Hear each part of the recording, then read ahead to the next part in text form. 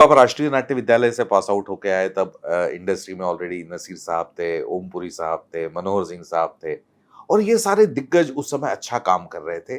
तो क्या आपने सोचा था कि इन सब के बीच मेरी मेरी अपनी स्टाइल क्या होगी? मेरा अपना एक्टिंग का किस तरह से मैं प्लेस करूँगा? क्या मेरी स्टाइल होगी? मेरा ये मानना है कि एक होता है अदाकार और एक होता है कलाकार। हमारे अंदर एक बात तो पहले दिन से निश्चित थी कि हमको अदाकार नहीं बनना। अदाकार का मतलब होता है कि आपको अपनी एक पर्टिकुलर स्टाइल को बार-बार रिपीट करना पड़ता है। उसमें रिपीटिशन का महत्व है। और कलाकार को अपने ही आप को अपनी ही गढ़ी गई इबारतों को बार-बार तोड़ना पड़ता है। नए सिरे से उसको एक है बनाए रखने की प्रक्रिया अदाकार और एक है मिटाने की प्रक्रिया कलाकार, कि जो आपने अपने आप को किया है उसको आपको मिटाना है। तो हम कभी भी अदाकारी की से प्रेरित होकर हम नहीं आए थे। हमारा ये मानना था कि आशुतोष राणा को अपने आप को निरंतर मिटाते जाना है और आशुतोष राणा मिटता जाएगा तो फिर जो सेल्यूलाइट के ऊपर जो किरदार निकल कर आएगा वो किरदार अपने आप में जीवित हो जाएगा। तो एक्टर मिटे तब कैरेक्टर का जन्म होता है और यही कारण है कि शायद मैंने ज़्यादा काम नहीं किए या मुझे ज़्यादा उस तरीके के, लेकिन जितने भी काम किए वो किरदार आज भी लोगों की स्मृति में ताज़ा हैं या बने हुए हैं। चाहे दुश्मन की बात करें, चाहे संघर्ष की बात। 90 के दशक में जितने बच्चे होंगे आपको देख के वैसे ही डरते होंगे। अब वो तो हमारा वही मानना था कि अपने आप को आपको मिटाना चाहिए। तो मैंने कभी ये, मुझे बहुत सारे अभिनेता बहुत अच्छे लगते थे। बच्चन साहब का मैं डाई हार्ट फैन था, फैन हूँ।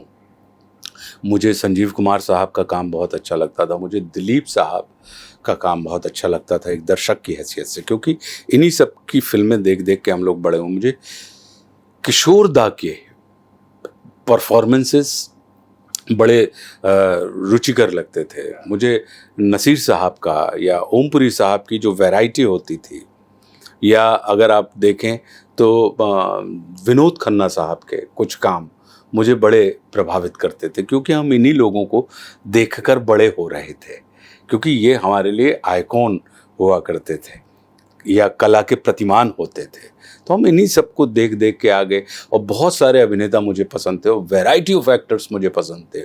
इसलिए हमें लगा कि आप किसी एक पर्टिकुलर स्टाइल पर अगर आप चलेंगे, आपकी मिमिक्री तो होने लगेगी, आप स्टार तो बन जाएंगे। स्टार होने के लिए आवश्यक है अदाकार होना, कि आपकी लोग मिमिक्री कर सकें। अगर आपकी मिमिक्री हो रही है, क्योंकि वो मिमिक्री ही होती है जो कहीं ना कहीं आपके स्टेचर को बरकरार रखती है। क्योंकि आपके द्वारा बोली गई चीज़ें कई अन्य लोगों के द्वारा परफॉर्म की जा रही हैं, हज़ारों लाखों लोगों की उपस्थिति में, और आपकी फिल्में उस तरीके से, तो वो उसके लिए तो मिमिक्री के लिहाज से अगर आप जाएंगे तो मुझे लगता नहीं है कि आप मेरी मिमिक्री, अगर आपको मेरी मिमिक्री करनी होगी तो फिर आपको कोई पर्टिकुलर फिल्म उठानी पड़ेगी, या आप संघर्ष उठा लेंगे, या आप दुश्मन उठा लेंगे, या आप नित्यानंद मोहले सिम्बा उठा लेंगे, या संतोष आनंद मुल्क का संतोष आनंद उठा लेंगे, या सोच रैया का गुज्जर। इन जनरल आप ये नहीं कह सकते हैं कि जैसे आशुतोष राणा रियल लाइफ में हैं वैसे ही उनके तमाम किरदार जो हैं वो, अगर आप देखें तो मेरे अपने व्यक्तिगत दृष्टिकोण या व्यक्तिगत जीवन से मुझे जितने भी किरदार करने मिले हैं वो बिल्कुल भिन्न हैं। मैं जब उन किरदारों को एक व्यक्ति के रूप में अलग होकर खड़े होकर देखता हूँ तो मुझे लगता है कि ये कितने चमत्कारी किरदार थे कि जो मेरे हिस्से में आए।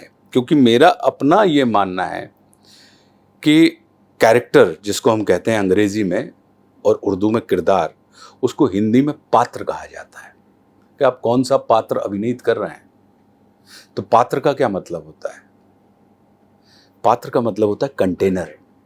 कंटेनर जिसमें अगर आपको पानी पीना है तो किस पात्र में दें? गिलास में दे दीजिए। नहीं भैया, लोटा में दे दीजिए। तो लोटा क्या हुआ या गिलास क्या हुआ? पात्र हुआ।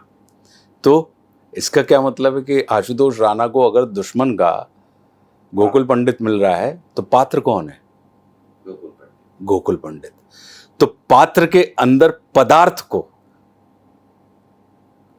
को तरल होना पड़ेगा और पात्र को ठोस होना पड़ेगा, तब कहीं जाके वो पात्र के अनुरूप वो पदार्थ आकार ले पाएगा। क्या बात। हम और आप क्या करते हैं, हम अभिनेता को पात्र मान लेते हैं और किरदार को हम पदार्थ बना देते हैं।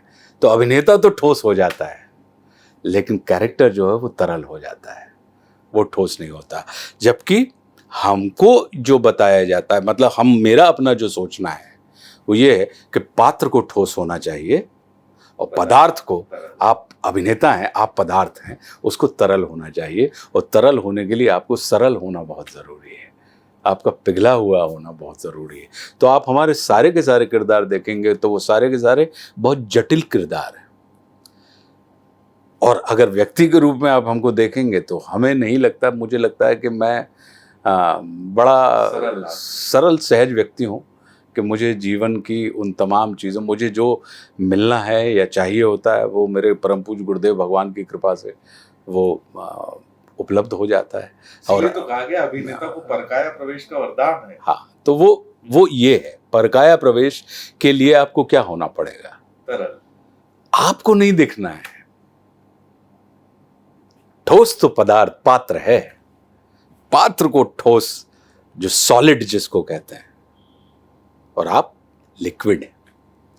तो मेरा अपना ये मानना है, और कलाकार की दृष्टि से जो भी व्यक्ति सोचेगा वो निश्चित रूप से मेरी अपनी इस फिलॉसफी कह लें या अनुभव कह लें, इससे सहमति उसकी रहेगी कि हाँ, एक व्यक्ति के तौर पे, एक अभिनेता के तौर पे व्यक्ति को सरल होना चाहिए, तब कहीं उसके हिस्से में पड़ने वाले वो जटिल किरदार वो बहुत सरलता से कर पाता है। क्या बात। आशुतोष राणा जो स्वाभिमान, दुश्मन और इन सारी फिल्मों में था, और आशुतोष राणा, आशु भाई आपका समय देने के लिए बहुत बहुत धन्यवाद। आज मैं यही जानना चाह रहा था कि आशुतोष राणा का अभिनय और उसके इनर का प्रोसेस क्या है, ये जानने के लिए मैंने आपका समय लिया, आपने समय दिया, बहुत बहुत धन्यवाद। बहुत बहुत धन्यवाद पराग। और फिर मिलेंगे अगली चर्चा के लिए।